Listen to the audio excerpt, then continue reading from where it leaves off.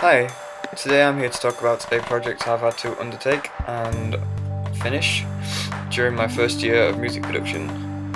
Beginning of my first year at York St John University, we were given the task of writing, recording and producing our take of a Christmas single in the style of X Factor winner Alexandra Burke. We were put into groups of three, and my group included me, Jordan Thompson and Joe Stairs. The first thing we did as a group was get together around a drink to discuss our brief and our ideas. The brief was very simple and basically required us to produce a popular song similar to popular music found in the UK charts in today's society, but obviously with the Christmas sort of feel to it 'cause it's a Christmas #1. Joe took it upon himself to research all about Alexandra Burke, the qualities and instrumentations in the festive season that the festive season brings to our Christmas time classics. We also noted that many of the recent Christmas #1s, including Alexandra Burke's Hallelujah, hadn't actually been about Christmas at all. With this in mind, we decided it was time for a real Christmas #1, about holidays. With us decided we booked ourselves a small practice room and composed a basic idea and chord structure for a song. We bounced ideas off each other respectfully and professionally, resulting in us quickly agreeing on a rhythm and instrumentation for our song. We also took a small insight to the lyrics for me to personally take away and build upon in my own time. We divided our tasks between the three of us, which resulted in me writing the lyrics for the song and finding a singer to sing it. Jordan to create and mix the basic track ready for recording our vocals. He had already got the basic structure of a previous song that we were able to incorporate into our song. He didn't actually use the previous song for anything. It just really fit with what we were trying to achieve. So we were able to, using Logic, we were able to change like some keys and rhythms and tempos and stuff, and it just really fit for our song. And finally, Joe was to write up the notes we had made so far at practices and getting together. We also decided upon a time to get together every now and then to discuss our progress and our tasks. We started a group message via social networking sites, so it was free to contact each other wherever and wherever we are. I managed to find a singer called Nina Guma. She was my flatmate from the beginning of this year. She has an incredible voice and sounded and had a similar range to Alexandra Burke herself, so it's really worked for us. I'd recorded with her before, actually. We recorded a couple of songs which I managed to send Jordan and Joe for their approval with my find, and they seemed to quite like her voice, and it just really worked for our song. So we gave her the gig. Nina was thrilled to be a part of our project, and so we added her to a social network chat so she could be included in what was going on. Also, so she knew where to be and when we meet up and were due to record. Once we found our singer, I finished up the lyrics, and our song was called Time of Our Year. The idea of it being that it could also be played. It's not a full-on Christmas song. It's not got cheesy lyrics. It doesn't actually say the word Christmas in the song. It just hints at it. The lyrics are quite clever in that respect, but our lyrics managed to be about Christmas. However, we didn't want our song to be able to be easily written off as cheesy. It's not appealing to everyone, and it puts quite a lot of people off during the Christmas season. You hear about people getting fed up about Christmas songs, or oh, they're playing already, so we didn't want to be included in that region. So instead of being obvious and writing about lights and snow, I wrote the lyric, "The landscape painter who needs our lights swaps his palette a little more bright." Meaning, instead of sun or rain, God sees our Christmas lights and knows to make it snow, hence the brightness. In order to make our song appealing to the charts, we kept it short and catchy.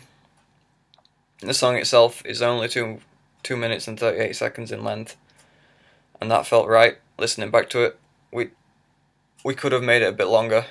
In some of the feedback that we later got, we got told that an extra chorus would have been a good idea. And thinking back now, I agree with that. that's one of the mistakes we made, I guess. But with regards to instrumentation, we kept it similar to past number ones. We included an acoustic guitar, some keyboards and pianos with various drum and percussion sections. On top of this, we recorded multiple takes of our singer doing harmonies, or just several takes, like build it up, like make it sound thicker on the chorus if there's two or more voices. And also we recorded some of my vocals and Jordan's vocals doing backing singing, just to add sort of an ensemble kind of feel about the song. These are the lyrics. These are the finished lyrics anyway. Look for the beacon, he never dies. This is the time over here. I finished the lyrics and sent them off to the guys. They all made a couple of pointers, and we finally agreed on some lyrics, and Nina was quite happy to sing them. We had a little issue where, because our singer was Greek, so she had a slight accent on her. One of the mistakes we did was point out that beacon is pronounced like beacon and not bacon. That was part of the feedback we got. But we sorted it out in the end.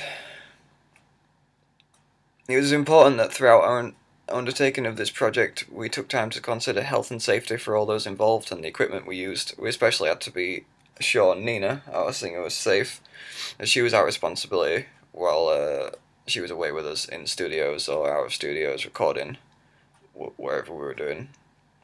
We first made sure that all equipment we used was working properly. There was no like exposed wires or weird sounds coming from microphones. It's just things I've had happen before.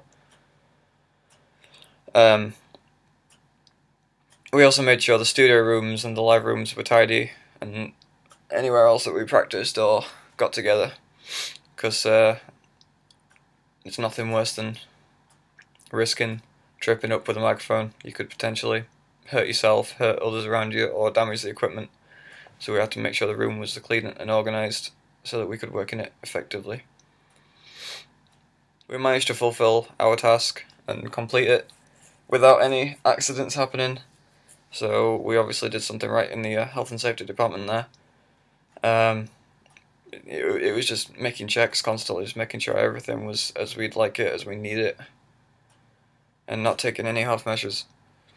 A couple of things did go wrong with our actual project. We got some feedback saying that we had to include real drums into the recording instead of just MIDI ones that we had created and put in.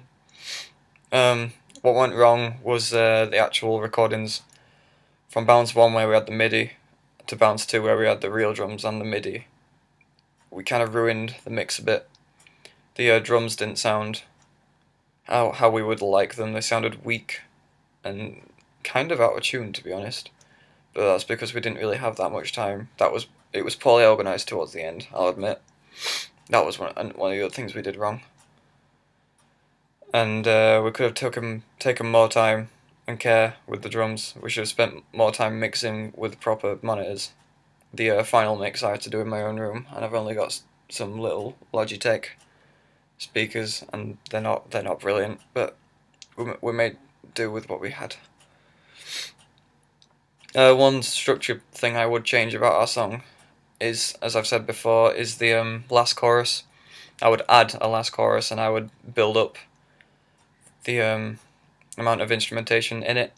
I would make the last chorus. The last chorus to me needs to sound epic in our song. It just has that kind of feel. You kind of expect it, and it doesn't happen. That's one of the main things I would change about the song. There's also a couple of the synths that didn't quite work towards the end, but it's a work in progress, and I'm still going to carry on mixing it. But overall, our Christmas single seemed to do quite well among our peers. People quite enjoyed it. A couple of people asked for it, to be honest, so they must have enjoyed it. Our mix is now open to our class, so people can make their own changes and see what they come up with. And as I said, it's still an ongoing project for me. I quite like the song myself, so I'm going to carry on doing it. So yeah, thanks for listening. Oh,